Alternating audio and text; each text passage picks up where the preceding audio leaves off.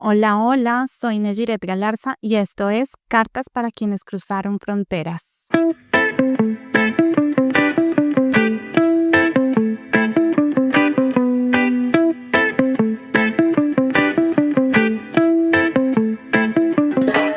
Quiero empezar hoy con una historia que me dejó pensando mucho. Hace poco una amiga me contó una conversación que tuvo con otra persona y era de esas charlas profundas, de esas que te hacen replantearte cosas que creías tener claras. Ella le hizo una pregunta muy sencilla. ¿Qué prefieres? ¿Que la gente te ame por lo que eres, por tu esencia o por lo que logras y por lo que haces? Él, porque era un él, sin dudarlo respondió de inmediato, como si fuera la respuesta más obvia del mundo. Por supuesto, que me amen por lo que soy. Esa es la respuesta que la mayoría de nosotros daríamos, ¿verdad? O sea, sentir que tu valor no está en tus éxitos, sino en quién eres. Pero aquí viene la segunda parte, la que realmente te sacude. Mi amiga, con su sonrisa, le hizo la misma pregunta, pero dirigida a él mismo. ¿Y tú cómo te amas a ti mismo? ¿Te amas por lo que eres o por lo que logras y por lo que haces? Y ahí, en ese momento, se hizo un silencio incómodo de esos que te hacen darte cuenta de algo muy profundo. Él no pudo responder, se quedó bloqueado, porque en ese instante se dio cuenta de algo doloroso, que la mayoría de las veces su propio amor y su propia validación no venían de su ser, sino de sus logros, de sus éxitos, de lo que él hacía. Pensó en esa meta que había cumplido, en ese proyecto que le había salido bien, en ese halago que le habían dado por su trabajo. Esos eran los momentos en los que se sentía digno de amor, incluso de su propio amor. Esta historia me dejó pensando y por eso la quise compartir contigo hoy. No hay una respuesta correcta o incorrecta. No hay un deberías amarte de esta manera. La verdadera lección, el verdadero ejercicio es hacerte esa pregunta a ti misma. Piénsalo por un momento. ¿En qué te basas para amarte? ¿En quién eres cuando nadie te ve o en lo que la gente aplaude de ti? Quizás como a este chico nos demos cuenta de que tenemos una desconexión entre lo que esperamos de los demás y lo que nos damos a nosotros mismos. Y la invitación hoy es justamente explorar esa brecha. Y es que aunque muchas veces deseamos que nos amen por quien somos, cuando se trata del amor hacia nosotros mismos, solo nos sentimos suficientes cuando las cosas nos están saliendo bien. Pero si algo falla, empezamos a dudar de nuestro valor. Y ahí es donde se abre la herida.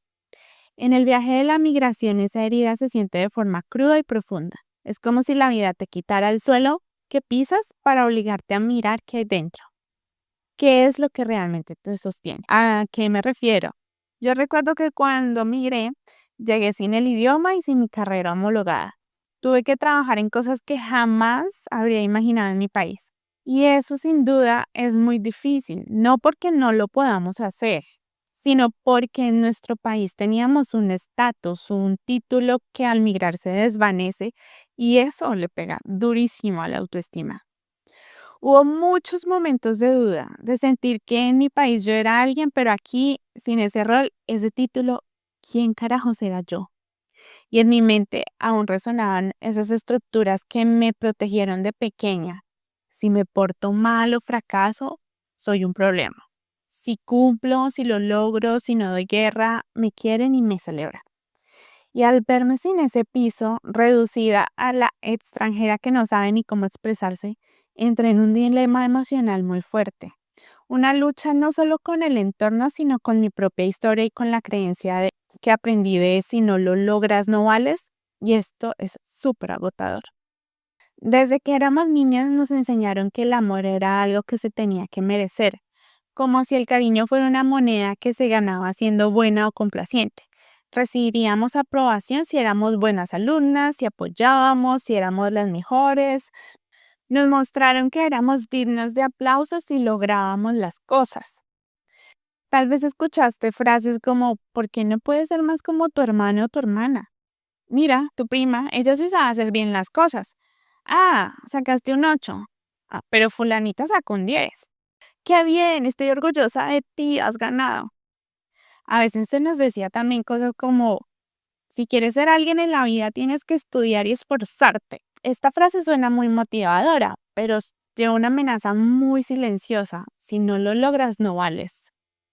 Y así, sin darnos cuenta, empezamos a asociar nuestro valor con el rendimiento, con los logros, con lo que tenemos y olvidamos algo esencial, que por el simple hecho de existir ya somos suficientes, ya somos valiosas. La psicología ha estudiado este fenómeno a fondo.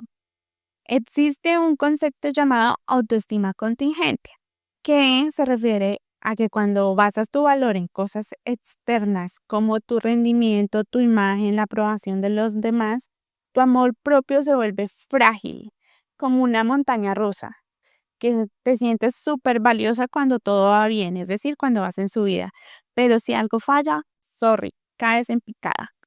En cambio, una autoestima que nace desde adentro es más estable y libre. Autores como Nathaniel Branden, un referente en el tema, afirma que una autoestima sana se basa en sentirse capaz de vivir la vida que eliges y merecedora de ser feliz. Por su parte, Kristen Neff habla de la autocompasión, que es esa capacidad de abrazarnos a nosotros mismos incluso cuando fallamos, de seguir sintiéndonos valiosas aunque no estemos brillando todo el tiempo. Y como dijo la psicóloga Alice Miller, muchas crecimos creyendo que solo merecíamos amor si éramos buenas o si teníamos logros. Pero eso no es autoestima, es supervivencia emocional. Y tú mereces más que sobrevivir, mereces reconocerte desde adentro. Poner nuestro valor en lo de afuera es una trampa tan normalizada que a veces ni siquiera nos damos cuenta. Una trampa normalizada puede ser, por ejemplo, sentir que tienes que estar produciendo o haciendo algo útil para sentirte bien contigo misma. O también puede ser que te das cuenta que tu estado de ánimo depende de si alguien te reconoce o te valida o si te llega el like. Otra forma de darte cuenta que estás cayendo en esa trampa es porque te da ansiedad por no cumplir alguna meta o no estar haciendo algo productivo. También puede ser que te sientas insuficiente cuando no ayudas más o no cumples con todo. Y otra señal de que estás cayendo en esa trampa es que no sabes bien quién eres sin tu pareja, sin tu trabajo, sin tu rol habitual.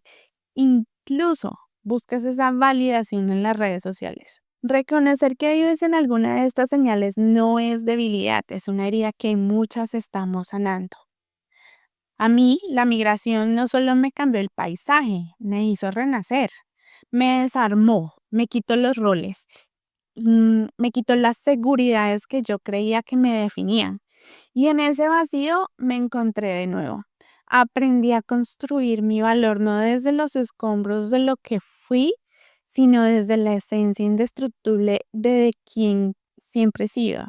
Fue como o ha sido como un acto de amor puro. Una autoestima sana no se construye desde afuera, sino desde adentro.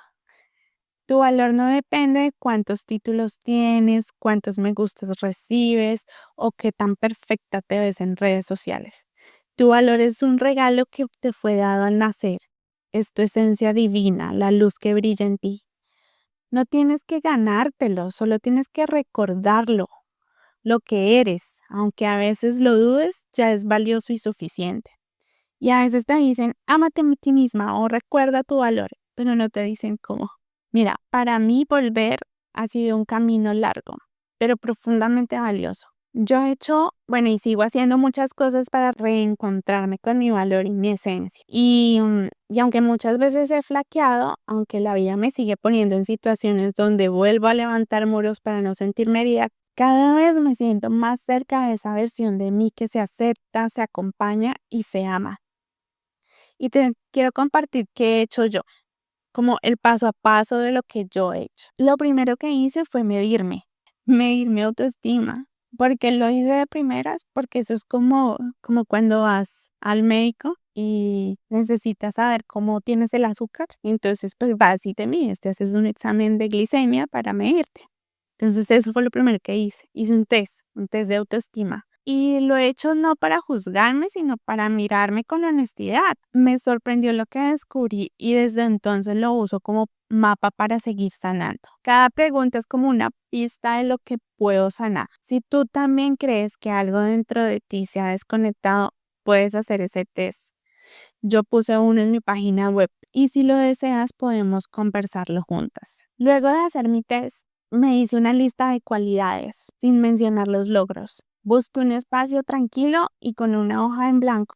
Puse mis cualidades simplemente por ser. No mencioné mis títulos, no mencioné mis metas, no mencioné lo que había logrado.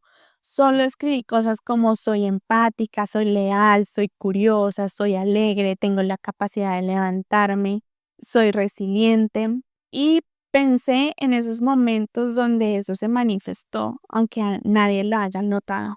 Recuerdo, busqué en Google una lista de cualidades y eso me ayudó a dejar de definirme por lo que hago y a empezar a recordarme quién soy. Otra cosa que hice fue cuestionar mis pensamientos cuando fallaba.